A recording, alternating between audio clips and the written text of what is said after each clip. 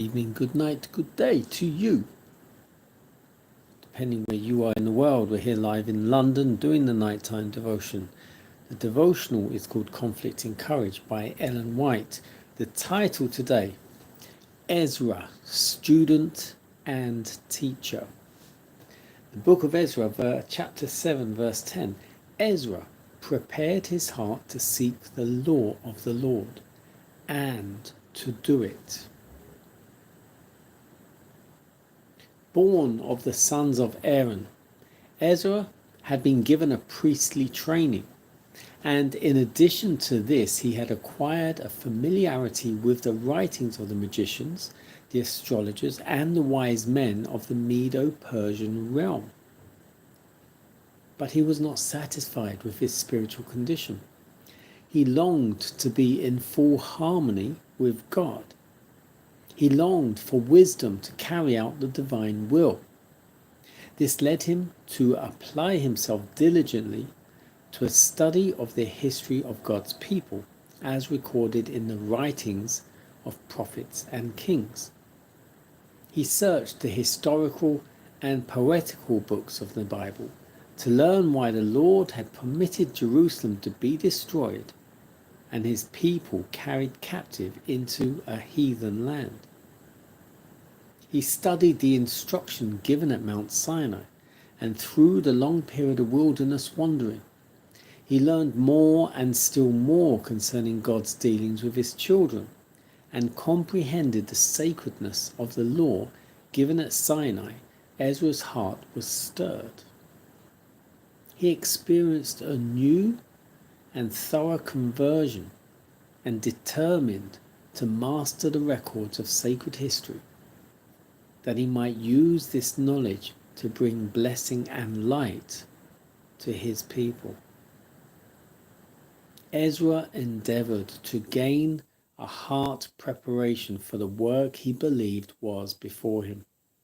He sought God earnestly that he might be a wise teacher in Israel. As he learned to yield mind and will to divine control, there were brought into his life the principles of true sanctification, which in later years had a molding influence not only upon the youth who sought his instruction, but upon all others associated with him. Ezra became a mouthpiece for God, educating those about him in the principles that govern heaven. Whether near the court of the king of Medo-Persia or at Jerusalem, his principal work was that of a teacher. As he communicated to others the truths he learned, his capacity for labor increased. He became a man of piety and zeal. He was the Lord's witness to the world of the power of Bible truth to ennoble the daily life.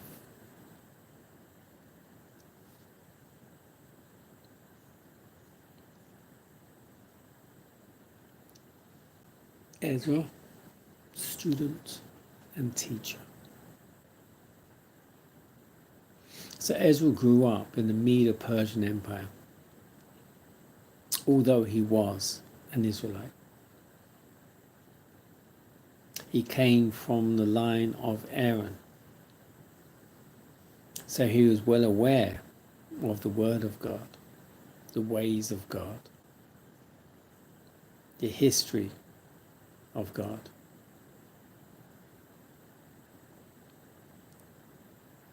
But then he was moved to study the Bible, to study the history of God's people.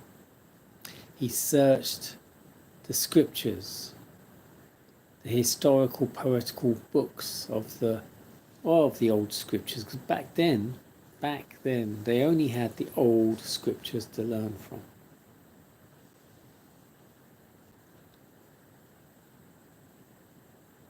He studied the instruction, the Decalogue, the 10 Commandments given to Moses, Mount Sinai. and he endeavored to gain a heart preparation for the work he was believed before him. So he was moved to give his life to God, to become a mouthpiece for God, that he can teach, preach, and draw others to God. And he would do this in the court of the king of the Medo-Persian Empire or in Jerusalem. And the Bible and the Bible truth became his world, so to speak, as he allowed himself to be in the world of the Bible, the world of the truth, instead of this world where we are now.